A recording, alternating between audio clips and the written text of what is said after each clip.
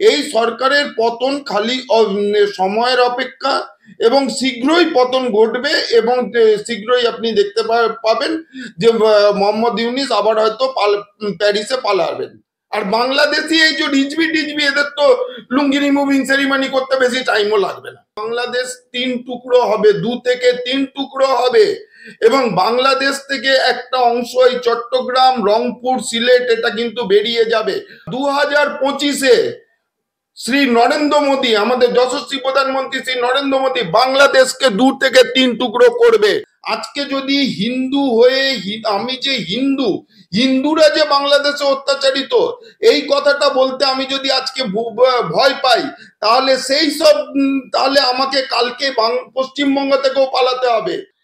দেখুন, যদি টেকনিক্যালি আপনি যান তাহলে শেখ হাসিনা কিন্তু এখনো বাংলাদেশের নির্বাচিত প্রধানমন্ত্রী, কেন বাংলাদেশের রাষ্ট্রপতি স্বীকার করেছে উনি পদত্যাগপত্র দেননি, তাহলে শেখ হাসিনা এখনো নির্বাচিত প্রধানমন্ত্রী। এবং এই মোহাম্মদ ইউনিসের সরকারটা এটা কিন্তু অবৈধ সরকার। যদি টেকনিক্যালি যান, টেকনিক্যালি কিন্তু শেখ হাসিনা এখনো বাংলাদেশের প্রধানমন্ত্রী।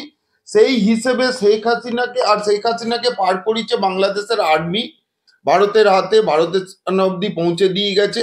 সেই হিসেবে তারা প্রত্যর্পণ চাইতে পারে না, সেই কারণেই আমার মনে হয় এখনো চায়নি, যদিও তারা অনেক দিক থেকে চেষ্টা করছে।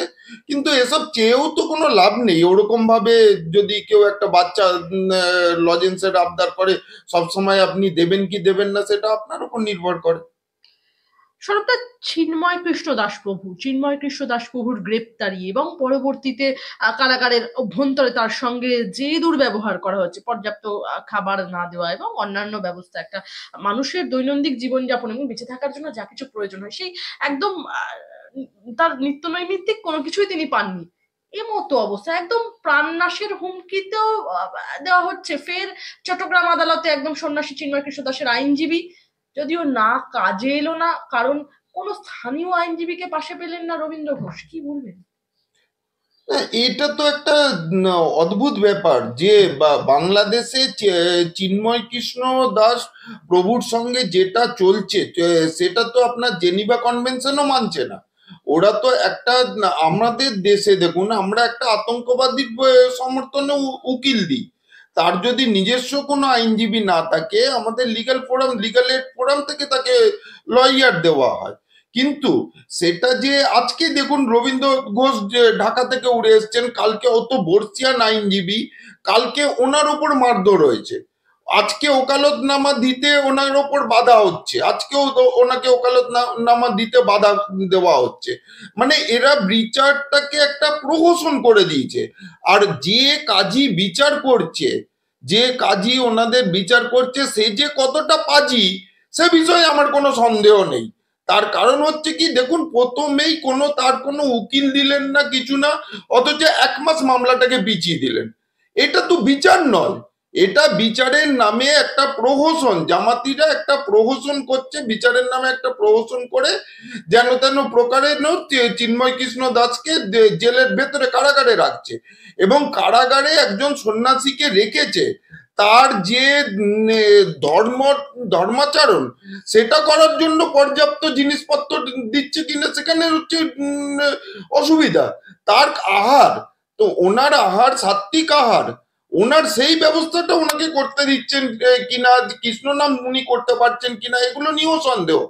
ওনারা দেখুন বাংলাদেশে কোনো কিছু গণতন্ত্র ওনারা পরোয়া করছে না। বর্তমান সরকার অগণতান্ত্রিক উপায় এসছে এবং অগণতান্ত্রিক সরকার, এই সরকারের পতন খালি সময়ের অপেক্ষা এবং শীঘ্রই পতন ঘটবে এবং শীঘ্রই আপনি দেখতে পাবেন যে মোহাম্মদ ইউনিস আবার হয়তো প্যারিসে পালাবেন।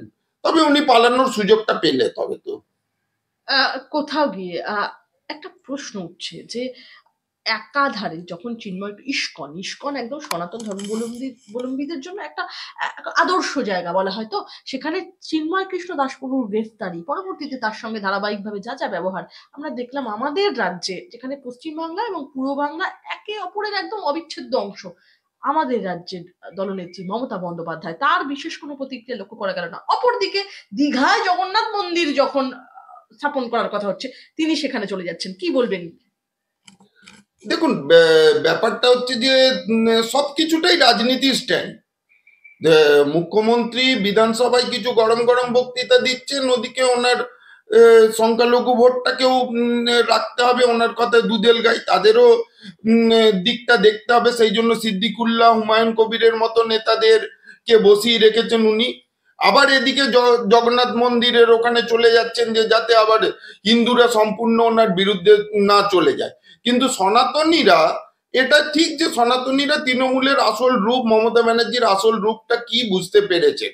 কারণ ধুলাগড় থেকে শুরু করে, কালিয়াচক থেকে শুরু করে, আমাদের পূর্ব মেদিনীপুরেও যেভাবে 21-এর নির্বাচনের পরে শুধুমাত্র হিন্দু হওয়ার জন্য কত কত মহিলাকে ধর্ষিতা হতে হয়েছিল, সন্দেশখালীতে যে অবস্থা হয়েছিল, এবং কোনো ধর্ষকের নাম যদি সংখ্যালঘু হয়, এক্সেপ্ট জয়নগর, চাপে পড়ে উনি জয়নগরে ওনাকে শাস্তি দিতে বাধ্য হলেন, তো মানে বিচার ব্যবস্থাটা সম্পূর্ণ হলো। তো কিন্তু উনি বরাবরই সংখ্যালঘু অপরাধীদের, ধর্ষকদের প্রশ্রয় দিয়ে এসছেন এবং হত্যাকারীদের প্রশ্রয় দিয়ে এসছেন। তার কারণ ওনারা দুধেল গাইয়ের, উনি লাশটা হিন্দুদের জন্য, সনাতনের জন্য রেখে দিয়েছেন, দুধটা ওনারা খাচ্ছেন। সেক্ষেত্রে সেদিকটা ওনাকে দেখতে হবে। ওনার পক্ষে এখন একটা খুব কঠিন পরিস্থিতি, তার কারণ ওনাকে শ্যামলা কিনা কুল সেইটা একটু বিবেচনা করতে হচ্ছে। হিন্দুদেরকে রাখবো না এদিকে সংখ্যালঘু দুধেল গাইদের রাখবো, তার উপর একটা দেশের প্রশ্ন। দেশের প্রশ্নে ওনার একটাই আমি সাধুবাদ জানাবো, যে দেশের প্রশ্নে উনি ভারত সরকারের পাশে আছেন বলেছেন এবং বাংলাদেশের বিরোধিতা উনি করেছেন। এই প্রশ্নে কিন্তু ওনাকে আমি সাধুবাদ জানাবো, কেন এইটা অ্যাজ এ মুখ্যমন্ত্রী আমাদের সাংবিধানিক কাঠামোতে এটা ওনার করা উচিত, এটা উনি করেছেন। উনি কিন্তু খুব চালাক রাজনীতিবিদ।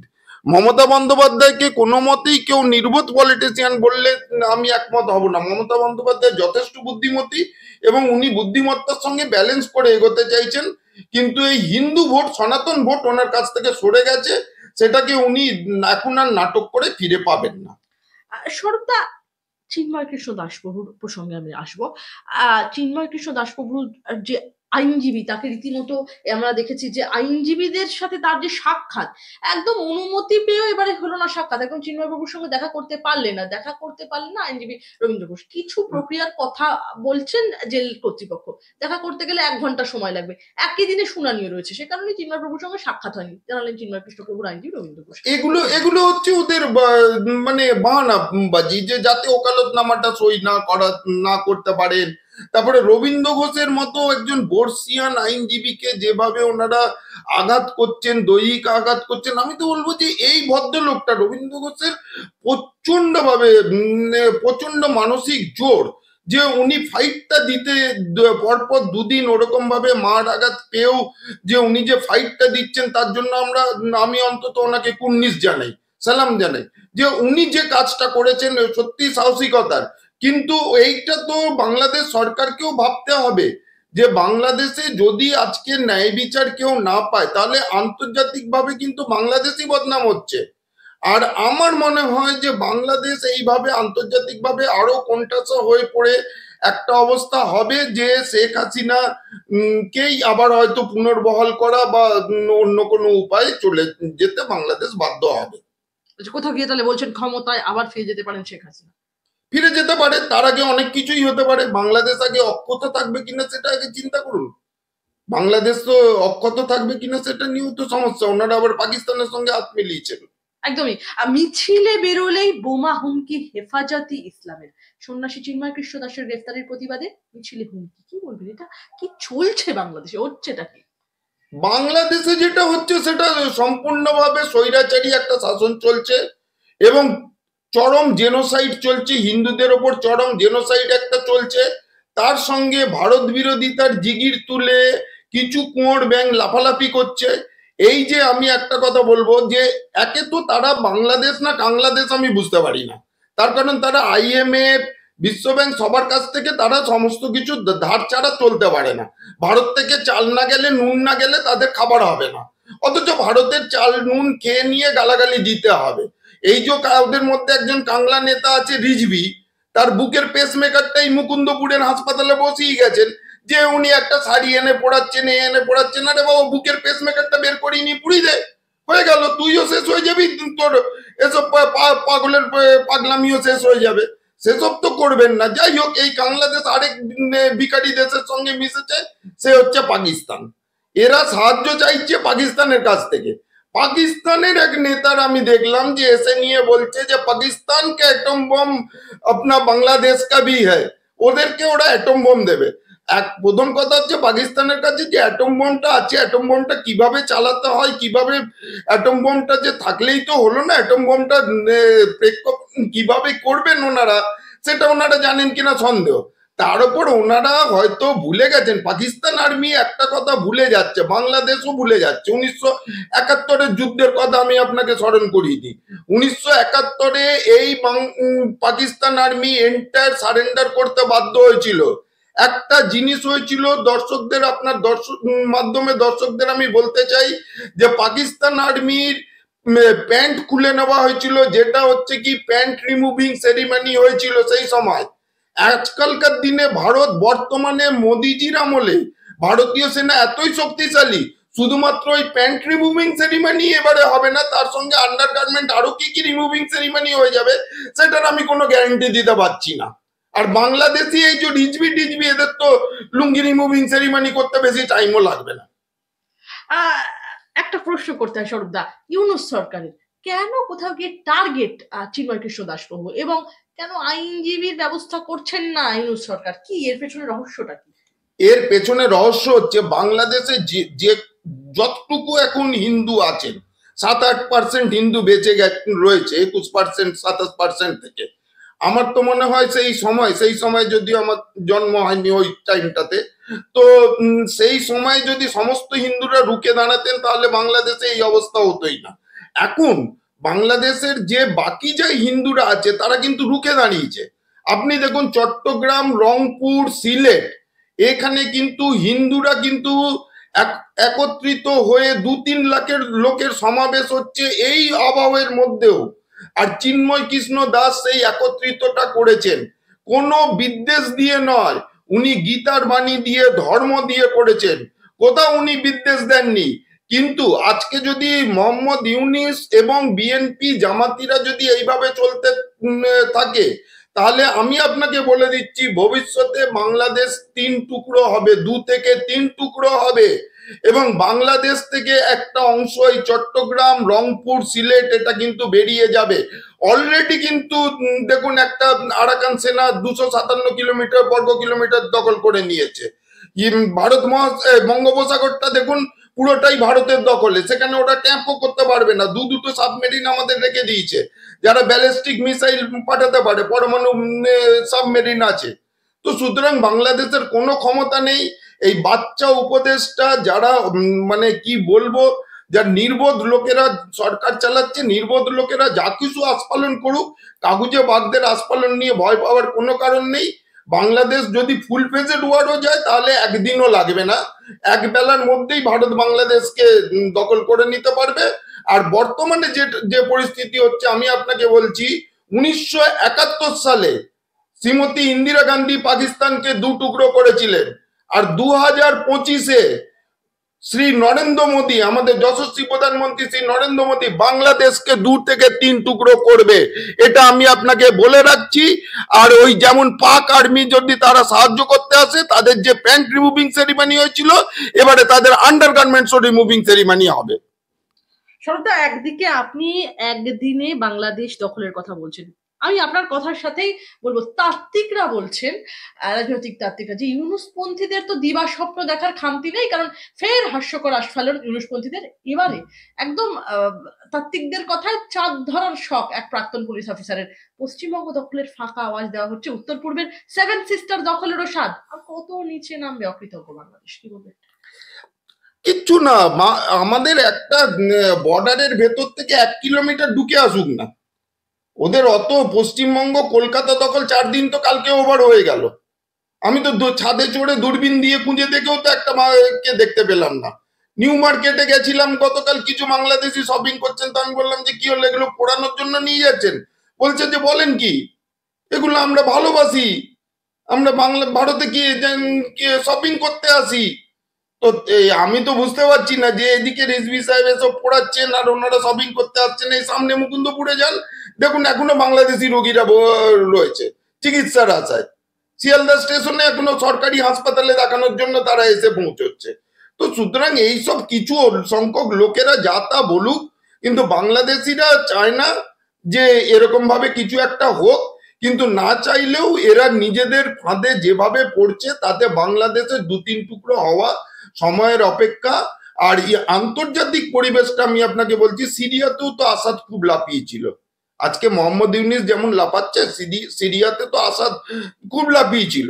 তাকে তো ইসরায়েল বাড়তে দিল, তারপর কি হলো, পালিয়ে যেতে বাধ্য হলো। সেরকম ভাবে এই মোহাম্মদ ইউনিস প্যারিস পালিয়ে যেতে বাধ্য হবেন। তবে আমি বারবারই বলছি, প্রোভাইডেড যদি উনি পারেন, তার আগে আবার যদি ওনার নিজেদের দেশে কারুর দ্বারা কচুকাটা হয়ে যান, তাহলে সেটা তো আর কিছু বলা যায় না। সেক্ষেত্রে জানেন তো, একটা আননোন ম্যানও ভারতের অনেক কাজ করে দেয় অনেক জায়গায়। এখন আননোন ম্যান অ্যাক্টিভিটি বাংলাদেশে যে শুরু করবে না অদূর ভবিষ্যতে, কি করে জানবে? আর এই আরাকান আর্মি যে এত কিছু করছে, এর পেছনে যে কারুর হাত নেই, সেটা তো একটা নির্বোধ শিশুও তো বিশ্বাস করবে না। একটা সবাই বুঝতে পারছে কি হচ্ছে না হচ্ছে। বাংলাদেশের শেষের দিন খুবই আসন্ন। ট্রাম্পের শপথ নেওয়াটাও একটা ইন্টারন্যাশনাল প্রেক্ষাপট, সেটার পরবর্তী পর্যায়ে হবে বলে আমার বিশ্বাস। আমার যা, আমি মনে করি না যে আজ বললেই কালকেই হয়ে যাবে। আমার বিশ্বাস যে 20 তারিখ ট্রাম্প, জানুয়ারি 20 তারিখ ট্রাম্প শপথ নিক, তারপরে পরিস্থিতি আরো অনুকূলে আসবে। রাশিয়াও ভারতকে সাপোর্ট করছে, আর চায়নাও কিন্তু ভারতের ভয় এখন দেখুন, ও বাংলাদেশকে খুলে সাপোর্ট করছে না, একমাত্র পাকিস্তান চাচাচ্ছে, চাচাক ওরা। বাংলাদেশ সখ্যতার প্রসঙ্গে আমি যে প্রশ্নটা করবো সেটা হলো, পাকিস্তান নাকি বাংলাদেশকে বাঁচাবে, পরমাণু বোমাও দেবে একদিকে তারা বলছেন। এমতো আবহে পাকিস্তানে গোপন বৈঠকে বসেছে দুই দেশের সেনা আধিকারিক। কেন পাকিস্তানকেই ভরসা মোহাম্মদ ইউনূসের, কি বলবেন? পাকিস্তান হচ্ছে কি অদ্ভুত দেশ, চিন্তা করুন। এতবার মার খেয়েছে, এতবার তারা হেরেছে, তারা পুরো সম্পূর্ণ আত্মসমর্পণ করে দিয়েছে। তাদের মানে পুরো সব সেনা বাহিনী সমেত তারা পুরো সারেন্ডার, টোটাল সারেন্ডার করার পরেও তারপর সম্প্রতি তারা কার্গিল ওয়ারে ডিফিটেড হয়েছে, তাদের ওপর এয়ার স্ট্রাইক হলো, তারপরেও তাদের স্পর্ধাটা দেখুন। তারা মানে কি বলবো, এদের এদের যে না মানে দিবা স্বপ্ন এমন দেখে, এই পুজোরও শখ হয় চিত হয়ে শোয়ার। তো পাকিস্তানের অবস্থা ওরকম। আর নিজেরা খেতে পারছে না, আটা নেই, ভারত থেকে কিনছে, ভারত থেকে কিনে কিনা ওরা বাংলাদেশকে পাঠাচ্ছে। তারা সেই জিনিসটা ভারত থেকে কিনছে হাজার হাজার টন, তার থেকে 500 টন 100 টন বাংলাদেশকে পাঠাচ্ছে। মানে এই রকম একটা অবস্থা। আর তারা অ্যাটম বোমের ব্যাপারটা তো আমি প্রথমেই বললাম, তারা অ্যাটম বোম চালানোর মতো তাদের বৈজ্ঞানিকদের টেকনোলজিটা জানাই আছে কিনা সন্দেহ, তারা কিছুই জানে না। কার দমে মোহাম্মদ ইউনূস সরকার এত উঠছে, কি ব্যাপার? মোহাম্মদ ইউনূস উঠছে, এটা আমেরিকান ডিপ স্টেট পলিসি একটা জন্য। এটা সোরসের, আমেরিকান বিলিয়নার জর্জ সোরস এর যে গ্যাংটা, ওপেক যে গ্যাংটা, তার সঙ্গে আমাদের কিছু বিরোধী দল আছে, মানে ভারতবর্ষের কিছু বিরোধী একটা কুখ্যাত ফ্যামিলি আছে। তো তারা মিলে এটাকে পরিচালনা করছে। এটা ফ্রান্স বসে, এবং এরা বরাবরই শুধু ভারত বিদ্বেষী নয়, এরা অনেক কিছুই বিদ্বেষী। এবং ফরচুনেটলি আমেরিকার জনগণই এদেরকে ছুঁড়ে ফেলে দিয়েছে, তার জন্য বাইডেন ভোটে হেরে গেছে। বাইডেন যদি ভোটে জিততো, এই গোষ্ঠীটা বাড়তো। বাইডেন যেদিন হেরেছে সেদিনই বুঝতে পেরে গেছেন মোহাম্মদ ইউনূস যে ওনার বিদায় আসন্ন। সেই জন্য যদি ভারত বাংলাদেশ যুদ্ধ হয়, তাহলে অবস্থানটা কি হবে বাংলাদেশে? বাংলাদেশের অবস্থান এক বেলার মধ্যে তাদেরকে দখল করা হবে, তারপর 3 টুকরো করা হবে, করে নিয়ে স্বাধীন হিন্দু দেশ দেওয়া হবে। বা পশ্চিম বাংলার মতো একটা পূর্ব বাংলাও থাকবে। তারপর বাকিটা কট্টরপন্থীদের নিয়ে ছেড়ে দেওয়া হবে, কট্টরপন্থীরা থাকুক না তারা। কেন আমি আপনাকে বলবো, অনেকে একটা কথা আমাকে একজন বলছিলেন, জিজ্ঞেস করছিলেন, 71-এ ইন্দিরা গান্ধী কি পুরো বাংলাদেশটা না নিয়ে ভুল করেছিলেন? আমি বলবো ভুল করেননি। ইন্দিরা গান্ধী বুঝতে পেরেছিলেন যে বাংলাদেশিদের বুদ্ধিটা কি। ওদের যে মাথায় যে বুদ্ধি নেই একদম, মানে কি বলবো, তার মাথার মধ্যে একেবারে উই মাটি ভরা বোধহয় মনে হচ্ছে। ওই রকম একটা বৃদ্ধ হুঁশিয়ারি দিচ্ছে 4 দিনে কলকাতা দখল করে নেব। তার ক্ষমতা কি, সেনাবাহিনীর ক্ষমতাটা তারা জানে? তার 40টা এয়ারক্রাফট আছে চায়না মেড, আর চায়নার প্রোডাক্ট যে রিলায়েবল নয় সেটা বাংলাদেশ সেনা স্বীকার করেছিলেন হাসিনা আমলে। আর ভারতের সেখানে 650-র ওপরে। ভারতের মতো একটা বৃহৎ শক্তির এগেনস্টে এইসব বলে কেউ? ভারতের এত বড় ক্ষমতা, আমাদের তো পুরো সেনাবাহিনীও লাগবে না মশাই। সিভিক ভলেন্টিয়ার আর কিছু পুলিশ গেলেই তো ওদের দখল করে নেবে। ওদের বাংলাদেশ সেনার সঙ্গে লড়ার জন্য কি হয়, প্রথম টিমকে কি প্রথম একাদশকে নামানো হবে নাকি? এরকম কখনো হয় নাকি? পাড়ার টিমের সঙ্গে মোহনবাগান ইস্টবেঙ্গল খেললে কি প্রথম একাদশ নামাবে নাকি? আমাদের প্রথম একাদশ নামানোরই দরকার নেই। তারাই যে এক বেলাতে দখল করে নেবে বাংলাদেশ, আর 2-3 টুকরো করে তার ব্যবস্থাটা করবো। আমি তো বলছি মোদিজি সেই ব্যবস্থাটা করবে, আপনি দেখতে থাকুন না। যে বলা হচ্ছে না চুপচাপ আছে, চুপচাপ নেই, চুপচাপ অনেক কিছু কাজকর্ম হচ্ছে। নাহলে বাংলাদেশ সরকার এই হিন্দুদের ওপর নির্যাতনের কথা তো প্রথমে মানতে চায়নি, এখন তো মানছে। আমি এই প্রসঙ্গে বলবো মোহাম্মদ ইউনূস, তিনি বলছেন, আপনি এই কথা বলছেন, মোহাম্মদ ইউনূস বলছেন এই হিন্দু নির্যাতনের প্রশ্নে তিনি বলছেন বাংলাদেশের ভিডিও ভুয়ো বলে দাবি করছেন, এবং তিনি আরো বলছেন যে হিন্দুদের রক্ষা করা ভারত সরকারের, বাংলাদেশের ভিডিও ভুয়ো বলে দাবি মুখ্যমন্ত্রী, একদম আমাদের মুখ্যমন্ত্রী তিনি বলছেন বাংলাদেশের ভিডিও ভুয়ো। তিনি আরো বলছেন হিন্দুদের রক্ষা করা ভারত সরকারের দায়িত্ব, পশ্চিমবঙ্গ সরকার নয়। বাংলাদেশ ইস্যু দেখতে হবে কেন্দ্রীয় সরকারকেই। মমতা বন্দ্যোপাধ্যায় এরকম মন্তব্য করছেন, কি বলবেন? দেখুন, মমতা বন্দ্যোপাধ্যায়ও জানেন যে অন্য দেশের আভ্যন্তরীণ বিষয়ে আমরা চট করে হস্তক্ষেপ করি না, কিন্তু যেটা করা হয় ডিপ্লোম্যাটিক ওয়েতে, তাতে বাংলাদেশ সরকার বাধ্য হয়েছে। 70 জনের ওপর অ্যারেস্ট হয়েছে তাদের সংখ্যালঘু নিপীড়নের দায়ে, এবং 28টা ঘটনা তাদের এফআইআর রুজু হয়েছে। এখন অবধি আমি টিল নাও তথ্যটা দিচ্ছি। তো কিছু হয়নি সেটা তো নয়, কিছু হয়েছে, এখন ইউনিশ সরকার স্বীকার করছে। সেটা কিন্তু আমাদের যে পররাষ্ট্র সচিব মিস্ত্রিজি যাওয়ার পরে, ঘুরে ভ্রমণের পরে হয়েছে। বাংলাদেশ কিন্তু এখন তাদের কট্টর অবস্থান থেকে কিছুটা হলেও পিছিয়ে আসতে বাধ্য হচ্ছেন, এক পা দুপা করে। কিন্তু বাংলাদেশের ভেতরের কিছু কিছু জমি এর মধ্যে চলে যাচ্ছে। সেন্ট মার্টিন দ্বীপও প্রায় যাবো করছে, চট্টগ্রামও প্রায় যাবো করছে। সুতরাং বাংলাদেশ ভাগ ভাগ হবে। আর এই হিন্দুদের রক্ষা, হিন্দুদেরকে রক্ষার জন্য প্রয়োজনীয় যেটা করার সেটা ভারত সরকার ঠিকই করবে, এবং প্রয়োজনে ভারত সরকার যেও তাদেরকে রক্ষা করবে। কিন্তু সবকিছু আজ বললে রাতারাতি যুদ্ধটা হয় না। একটা প্রধানমন্ত্রীকে সব দিক দেখে ডিসিশনটা নিতে হয়। আন্তর্জাতিক মহল আছে, আন্তর্জাতিক মহলে সমস্ত কিছু জানিয়ে সবকিছু দেখে একটা হয়। আর উনি যে বলেছিলেন, মমতা বন্দ্যোপাধ্যায় বলেছিলেন পিস কিপিং ফোর্স। উনি ঝানু পলিটিশিয়ান, ঝানু পার্লামেন্টেরিয়ানও ছিলেন। উনি ভালো করে জানেন যে পিস কিপিং ফোর্সের রিকোয়েস্টটা সে দেশের সরকার থেকে আসা উচিত। সে দেশের সরকার থেকে আসবে কি করে? এখন আসাটা যায় একটা টেকনিক্যাল, যদি আপনি যান, আমি আন্তর্জাতিক সম্পর্ক বিশেষজ্ঞদের সঙ্গে কথা বলে দেখেছি যে শেখ হাসিনা তাদের শেষ নির্বাচিত প্রধানমন্ত্রী।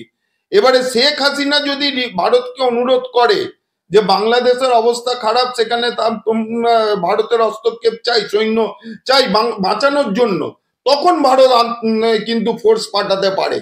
সেটা কিন্তু একটা প্রভিশন খোলা আছে। আমি বলছি ভবিষ্যতে কোনো কিছু সম্ভাবনা উড়িয়ে দেওয়া যাচ্ছে না, কিন্তু এটুকুন আমি বলে রাখছি, আপনি কয়েক মাসের মধ্যে ইউনিস সাহেবকে পালাতে হবে ঢাকা ছেড়ে। আসাদের মতো ইউনিস সাহেবকেও পালাতে হবে, আর দামাস্কাসের মতো ঢাকারও পতন হবে।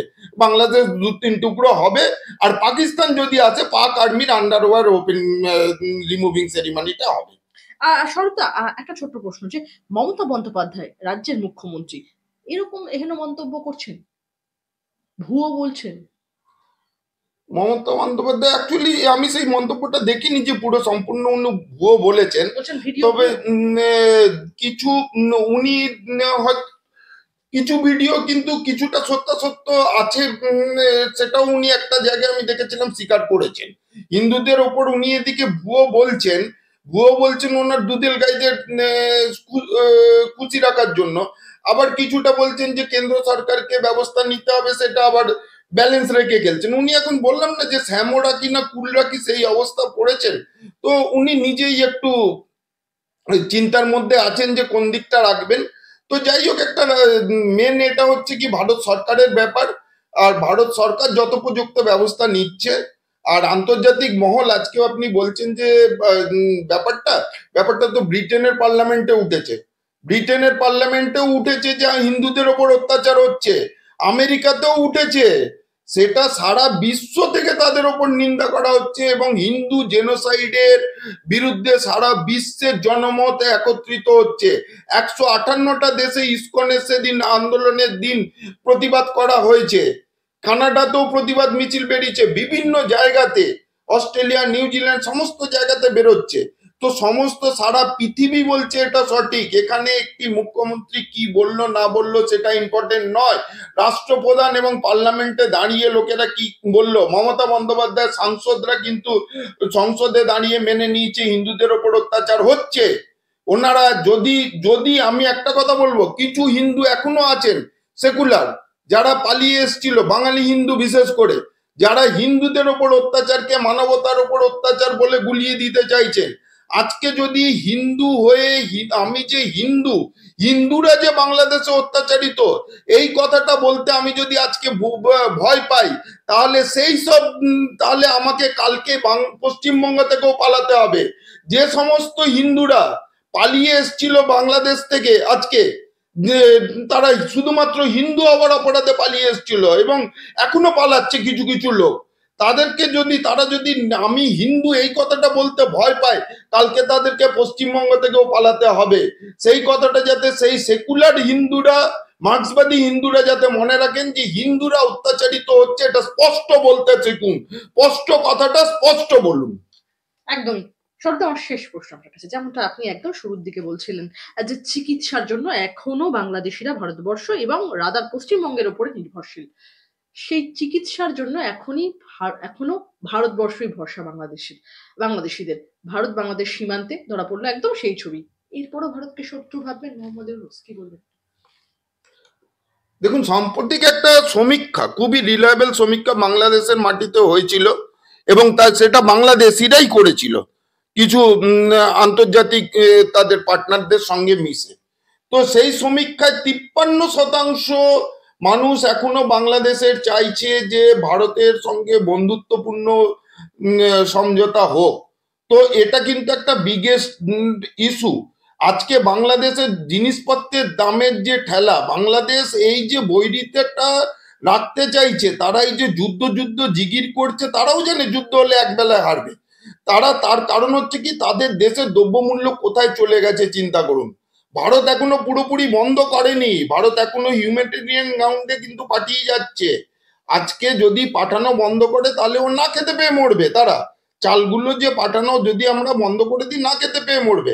কিন্তু আমরা তো কাউকে সেভাবে মরতে দিতে চাই না, আমরা তো একটা রাস্তার ভিখারিকেও তো আমরা সাহায্য করি, সেই হিসেবে আমরা হয়তো সাহায্য করছি তাদেরকে বাঁচিয়ে রাখার জন্য। কিন্তু তার মানে এই নয় যে তারা যা খুশি বলে যাবে, আমাদের মাথায় চড়ে নাচবে, এসব বলার কোনো দরকার নেই। ইউনূস সাহেব এখনো যদি শুধরে যান, ক্ষমা চান কৃতকর্মের জন্য, তাহলে বেঁচে যেতে পারেন, আর না হলে ওনাকে পালিয়ে যেতে হবে। এই প্রশ্নটা না করলেই নয়, একদম মহিলাদের বিরুদ্ধে আমরা দেখলাম গোপালগঞ্জে, একদম গোটা গোপালগঞ্জ থেকে শুরু, এরপরে নাকি জারি হবে গোটা বাংলাদেশে, একদম মহিলাদের বিরুদ্ধে ফতোয়া জারি যে বাজার দোকানে সেখানে মহিলাদেরকে জিনিসপত্র দেওয়া হবে না, রীতিমতো ফতোয়া জারি মহিলাদের বিরুদ্ধে। কি বলবেন, কোন দিকে যাচ্ছে বাংলাদেশ? বাংলাদেশে এই যে তালিবানিকরণ যেটা বাংলাদেশের হচ্ছে, সেটা অত্যন্ত দুর্ভাগ্যজনক। আপনি চিন্তা করে দেখুন, বাংলাদেশের দুজন প্রাক্তন প্রধানমন্ত্রী কিন্তু মহিলা ছিলেন, খালেদা জিয়া এবং শেখ হাসিনা। একজন প্রাক্তন নয় যদিও টেকনিক্যালি এখনো, তো তারা মহিলা। তারপরে যে এই যে আন্দোলনটা ছাত্র আন্দোলন আমরা বলছি, এই ছাত্র আন্দোলনের পুরো ভাগে কিন্তু মহিলারা ছিল। মহিলারা কিন্তু ছাত্র আন্দোলনের সময় করেছে, ঢাকাতে ট্রাফিক কন্ট্রোলের যখন অসুবিধা হচ্ছিল মহিলারা সামলাচ্ছিল সমস্ত কিছু। মহিলাদের আমি দেখেছি যে তারা যথেষ্ট প্রোগ্রেসিভ, তারা সেই আজকে ওনারা যদি এসে যে এখন জামাতিরা যদি শরিয়তের মধ্যে তালিবানিকরণের মধ্যে নিয়ে মহিলাদেরকে ওইভাবে আফগানিস্তান বানাতে চান বা সিরিয়া বানাতে চান বা একটা গাজা স্ট্রিপ বানাতে চান, তাহলে তাদের দশা ওই রকমই হবে। আজকে সিরিয়া বানাতে চাইলে সিরিয়ার মতোই দুদিন পর দশা হবে, গাজা স্ট্রিপ বানাতে চাইলে ওরকমই মিসাইল আসবে বারবার। আর আজকে আপনি চিন্তা করে দেখুন না, এটাকে সাপোর্ট কে করছেন? ওনাদের যদি প্রধান হিসাবে, সরকারের প্রধান হিসাবে আছেন মোহাম্মদ ইউনিস, তার দুই কন্যা যথেষ্ট মডার্ন। তারা যে যথেষ্ট মডার্ন বলে আমি কোনো ব্যঙ্গোক্তি করছি না, তাদের সেই ব্যঙ্গোক্তি, তাদের খোলামেলা পোশাকের ছবিও দেখাতে চাই না আমি এখানে। কিন্তু একজন তো মদ্যপান করে গাড়ি চালানোর অভিযোগে গ্রেপ্তারও হয়েছিলেন, আর আরেকজন ওনার এক কন্যা শুনেছি নাকি সমকামী। তো এনারা যদি এতই প্রোগ্রেসিভ, তারা যদি ইসলামে এগুলো কি হারাম না জায়েজ? আমি বলছি না মহিলাদের মদ্যপান করাটা জায়েজ ও সমকাম করাটা জায়েজ। আমার প্রশ্ন মোহাম্মদ ইউনিস সাহেবের কাছে আর সেখানে জামাতি নেতাদের কাছে, এইটা আমার কাছে একটা বড় প্রশ্ন রইল তাদের উদ্দেশ্যে, যে তারা যদি সেটাকে না জায়েজ মনে করেন, যে তাহলে তার আব্বু মোহাম্মদ ইউনিসকে তোমরা মাথার ওপর বসিয়ে রেখেছো কেন, তাদের আব্বুকে? সেটা আগে আমাকে জবাবটা দাও, তারপর অন্য মহিলাদের বাড়ির বাইরে বেরোনোটাকে বন্ধ করো। এগুলো তো গাজোয়ারি করে হয় না। 2024 সাল 25 সাল আসতে চললো, এই সময় তো গাজোয়ারি করে মহিলাদেরকে আটকে রেখে দেবো, এটা হয় না। এই মানসিকতা থেকে বেরোতে হবেই।